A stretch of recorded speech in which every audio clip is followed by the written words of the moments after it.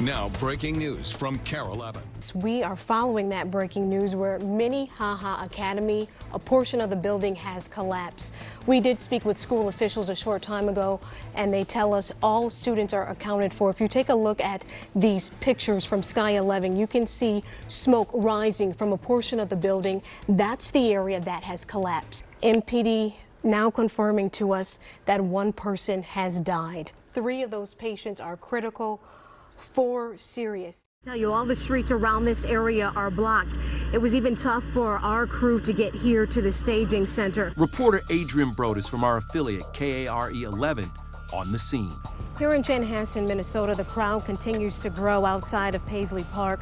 Just over my shoulder, there are dozens of bouquets that well-wishers have left behind. We've all heard about hardships. In life, we all face them, some more severe than others. Chris knows I don't have a dog because he brought his dog to work one day. And I think I jumped on my desk out of fear. Granted, folks have argued that the Republicans have had a 7-year runway. They had their chance. Of course, President Trump wanted to keep his promise, but he said yesterday, I should have listened to my instinct. His first thing, he said he wanted to focus on tax reform, but he listened to Ryan's Priebus. And just like anybody else, any other single mom. All right, well, you do it well and you look great. You look like you're getting lots of sleep, but I don't know how you do it. We appreciate you. I haven't been, so I kind of love you right now. Oh, I love you too, J-Lo, since I was little. Jenny on the block. Donald Trump has had a tough week, from issues with his campaign manager to those statements he made about abortion. This interstate has been shut down in both directions for about 2 hours, and we even saw Valerie Castile set her grief aside. Her daughter, Philando's sister, Alize, stepped to the casket of her brother and wept. And cried and We've been crying for a year now. Been cried till you can't cry anymore. Days of devastation started 10 days before their nephew would have celebrated his 33rd birthday. My heart is still ripped apart. I'm still in disbelief that that what happened July 6th of 2016, that there's no vindication here in 2017. Philando Castile's aunt and uncles hoped something good would come from their family's devastation. Castile, a legal gun owner, was shot and killed during a traffic stop. Nearly 1 year later, on Tuesday, the world finally saw what happened before Castile's girlfriend live-streamed the aftermath. I was down in that court every single day, every day. With opening arguments, I thought from seeing that it would turn out differently. You talk about this culpable thing, me, myself, I talk about common sense. I don't think they really grasp just that word, culpable. You know, he was negligent, but they probably just didn't understand the other part of it. Had Philando not informed the officer that he had a firearm, would we be having this conversation today?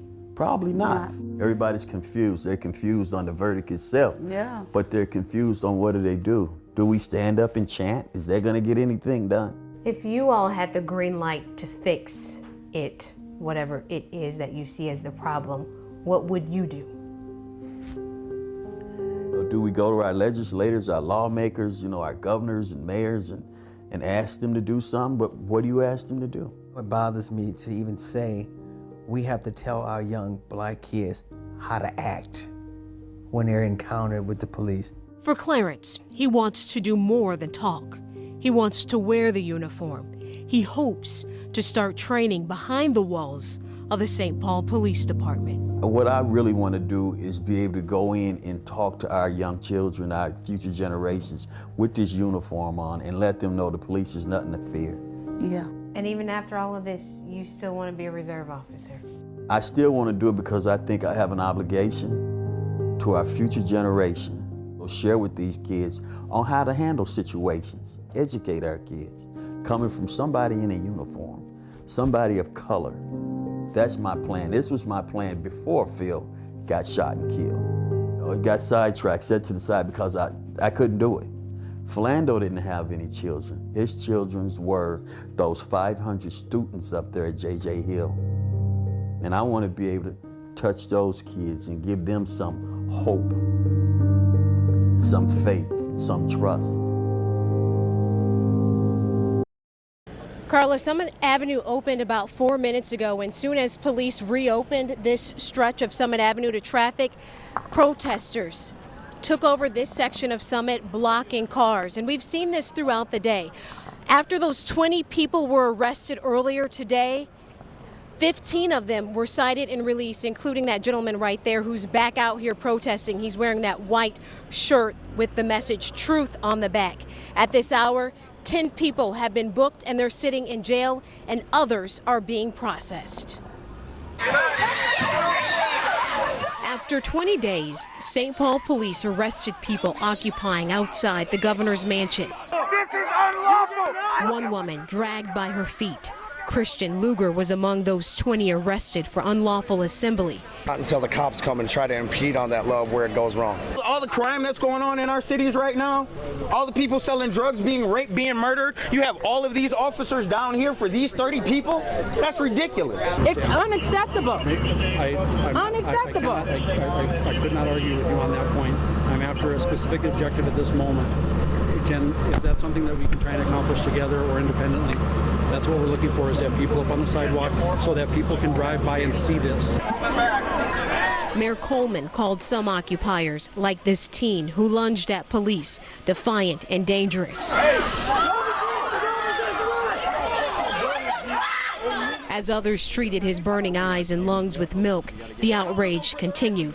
The group has been here demanding justice following the shooting death of Philando Castile. We're not moving all our stuff. We're keeping our necessary supplies. In the end, the attempt to reopen Summit Avenue failed. Okay to use either arm for blood pressure? Throughout life, we all wait for someone or something. Sometimes it's rather quick, sometimes it's not quite so quick. So Tom Meeks is waiting for an update on the condition of his new heart. And I'm just excited to feel it beat again. Casey Heisler waits to hear the rhythm of that heart again. It was a Sunday. The phone call came at 4 a.m. Do you have the right guy? Like, are you sure it's Matt? Her brother Matt was a student at the University of North Dakota. In March, a house fire ended his life. Matt was 21. He was very tender. From a little boy, he was always he had a huge heart. Good to see you. Say, see you, Doc. And Tom, he now lives with that same heart. You look awesome. I'm telling you, I feel awesome. When you get your license, you check that box, and you think it's just a small thing. At 16, Matt signed up to be an organ donor. There was no alternative for me except a transplant. Because of Tom's age and other health concerns, 5 different hospitals refused to consider him for a heart transplant. But the Mayo Clinic gave Tom a lifeline, putting him on a waiting list for a new heart. I am tickled that I'm doing as well as I am. That's Tom, 2 days after he received that lifeline, thanks to Matt. Proud of Matt. Really proud of Matt. The heart that I grew up with and felt in all of my hugs when I hugged him, that it's still out there somewhere. Today is finally here. Long awaited, by the way. Long awaited. Pretty excited about this. Obviously, in my case, they're always going to carry a very, very warm spot in my heart. 8 months after Matt died, Matthew's dad, Jared, his mom, Cheryl, and younger sister, Casey, embraced the heart they love. Wow. Hi. You must be Casey. Cheryl. The waiting Nice to meet you. is finally over.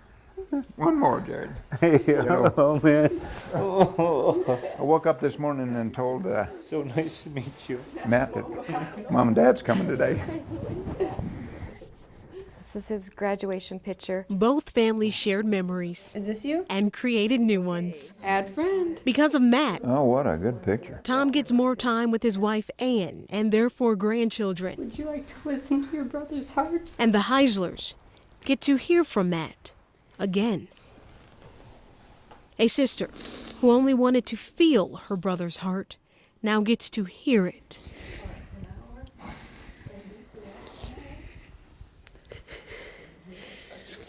We're all gonna listen. Do I do it this way? Matt didn't just donate his heart. His generosity helped 60 people A 46-year-old woman received one of Matt's kidneys. The other went to a 56-year-old woman.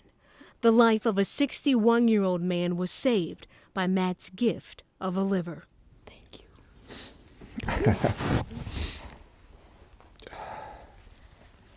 Thank you. Oh, believe me, it's my pleasure. Last one, Tom. All right.